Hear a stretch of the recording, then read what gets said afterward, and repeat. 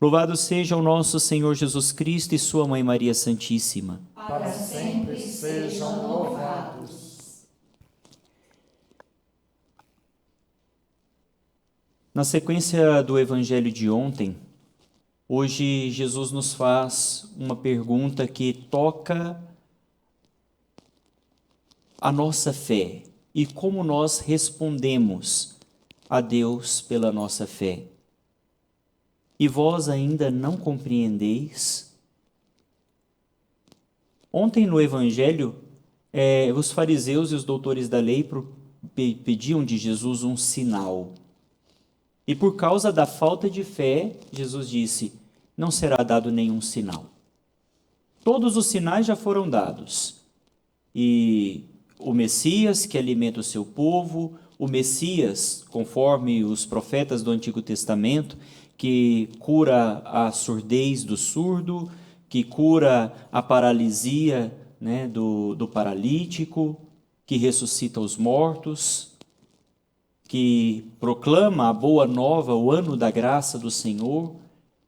E todos esses sinais que Jesus realiza de acordo com o Evangelho é sinal, é um cumprimento daquilo que os profetas haviam dito no Antigo Testamento. E mesmo assim, eles não acreditaram.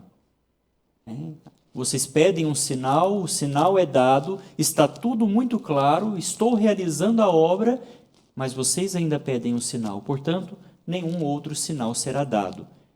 Quem tem ouvidos para ouvir, deve ouvir. Quem tem olhos para ver, deve ver.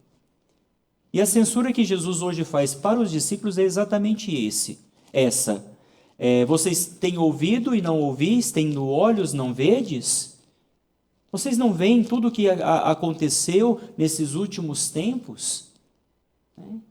Havia uma discussão entre eles sobre a falta de pão, esqueceram de trazer pão suficiente para a jornada, para a caminhada, e eles estavam discutindo, Jesus que havia dito, tomai cuidado com o fermento dos fariseus e com o fermento de Herodes, que na verdade é a hipocrisia.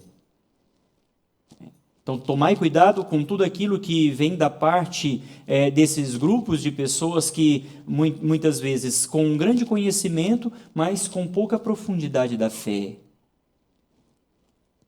E Jesus, então, censura a incredulidade deles. É interessante também, essa mesma realidade acontece no Antigo Testamento, no Gênesis. Hoje nós vimos o diálogo de Deus com Noé, que o chama para fazer a nova humanidade, para compor a nova humanidade. Deus estava desgostoso com a sua criação. O homem que Deus havia criado para o bem corrompeu o coração, se voltou para o mal, e aí nós vemos na sequência de Adão e Eva, Caim e Abel, Caim que matou seu irmão, cometendo aquele fratricídio. E depois também o povo de Deus corrompeu o coração, se voltou para as realidades da terra e deixou de colocar o seu coração plenamente em Deus. E Deus então arrepende de ter feito a humanidade por causa do mal que os homens começaram a realizar. Mas viu em Noé uma esperança, porque Noé era um homem justo. Só que antes de Noé entrar na arca, muitos tinham os olhos e o coração fechados, assim como os discípulos nessa ocasião. Não conseguiam enxergar que Deus, na sua benevolência, na sua misericórdia, na verdade queria salvar o seu povo. E por isso escolheu Noé. É claro que a salvação, ela acontece na nossa vida porque Cristo entregou sua vida por cada um de nós. Esses dias para trás, uma pessoa até questionava sobre isso. Não precisamos fazer muita coisa, não precisamos converter nosso coração. Jesus já morreu pelos nossos pecados. De fato, Ele morreu pelos nossos pecados. E não é nenhuma obra que nós tenhamos feito que nos salva. É a obra de Cristo. Mas se nós não trazemos dentro do nosso coração sinal de verdadeira conversão e de que nós acolhemos de fato essa salvação em nossa vida, e isso subentende que nós deixamos uma vida de pecado para viver a vida da graça, então nós nos tornamos, nós não seremos salvos.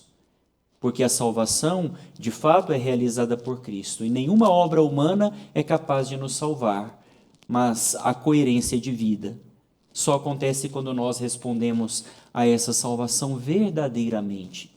E isso é uma obra de fé. Nós precisamos responder a Deus pela fé. Louvado seja o nosso Senhor Jesus Cristo. Para